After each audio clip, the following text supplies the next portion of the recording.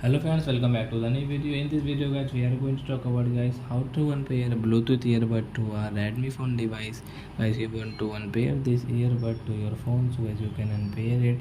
And guys, now let's see how to unpair this Bluetooth earbud to our Redmi phone. In this video guys, we are going to talk about it.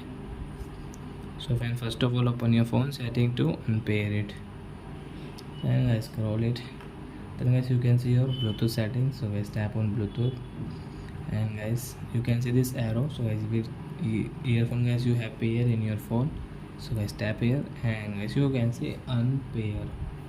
So you want to unpair, so guys click on unpair. Then guys, this red light guys, you can see means it has unpaired to your phone. And guys, we will off it. So I hope friends you have understood how to unpair Bluetooth earbud to our Redmi phone device. So that's it guys, thanks for watching.